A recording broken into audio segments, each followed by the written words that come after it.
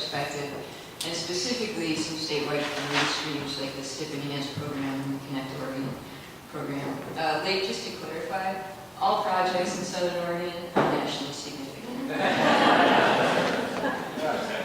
So when I heard regional significance, my mind immediately, of course, went to funding, because that's what I've been working on most with OPAC right now, with the STIP stakeholder with Connect Oregon.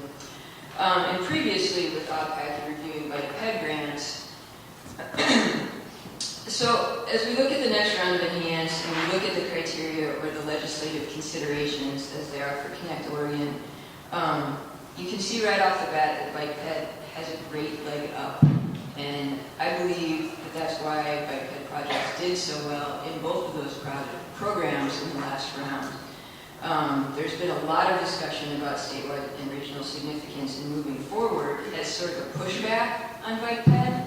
But the reality is I think it's a reaction because we are doing so well in those programs. So if you consider the considerations of reducing transportation costs for businesses or improving access to jobs, bringing economic benefit to the state, providing a critical link for utilization and efficiency, and then in the STIP, the criteria, the cross-modal criteria include economic, social, environmental, and safety benefits. You can see why VITA is doing so well. So how do we up the game? Well, the other two criteria or considerations for both those programs are readiness and match. So really critical is to bring those projects to the next level of readiness in your jurisdictions, and also to try to raise more match so that you can make a better case. It really does make the difference between being higher on that scoring ranking sheet at the end of the day in those ACT programs and in the Connect Oregon program. So we all know that good trail and active transportation projects make critical connections. They make those complete trips that we've been talking about, from your door of your home to the door of your workplace, to the door of your kid's school. So they make those connections to jobs, to shopping, to schools, to services. And in particular, all the conversations around transit are key as well, especially when you're making these applications in the STIP program and the Connect Oregon program, because it really is important that it shows that regional connection to transit. So another big argument that I think maybe hasn't been promoted enough today, and Shelley talked about it a little bit in the bicycle boulevards, but attracting that next level, the 60%, the interested but concerned, getting that utilization up, the efficiency of the street network and the street system. Really talking more about curb-tight bike lanes on high-speed arterials aren't going to get us there, and they aren't going to change the mode share.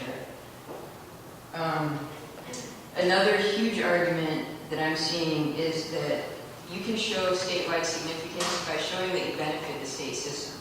So if you can show that you're building an active transportation network that parallels the state highway. In our case, we have the Medford Viaduct. 45% of traffic on the Medford Viaduct is local traffic. It travels literally between the South Medford interchange and the North Medford interchange. So pretty much anything that we do in Southern Oregon, I can say, look, we're potentially impacting the trips on the Medford Viaduct, and that gets us points in the STIP program. I mean, it's kind of silly, but it's true. The arguments of health, of attracting the young talent, of tourism, of saving money, on giving access, providing access for the 30% that don't drive. Those are all important arguments. And it's great to tell stories about those arguments. We don't have that critical data. We don't have the sophisticated level of data yet to really prove our point in those realms. But telling stories can make a huge difference.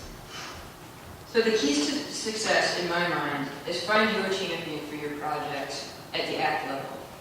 You guys are just forming an ACT, I know, but I know you've had a process in place, similar players. Find those champions that can help you out. It made a difference in the Connect Oregon program. We had a fellow from Region 2, and George Greer is part of the reason that Eugene is potentially going to get bike share. I mean, he really fought hard in the final review committee for Eugene bike share. It was critical for him to be there. Tell your stories, like Kari's story.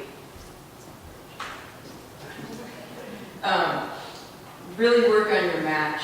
Really work on your readiness for your projects. Be thinking of them now. Develop them now. And then the last thing I wanted to say is there's a real opportunity. You mentioned small projects like sidewalk infill. I really think there's a big opportunity combining those projects and grouping them. So your small school access project, sure, independently, it doesn't look that great to have a one block sidewalk infill.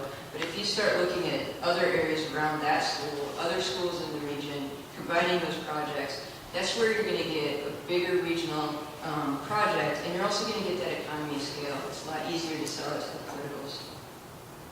So in closing, I just have a couple of slides.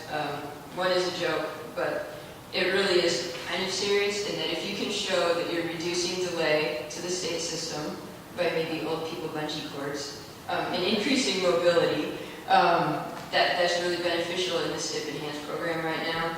And then the other up top on the left is just shameless self-promotion for Southern Oregon, which honestly looks like that right now. Thank you.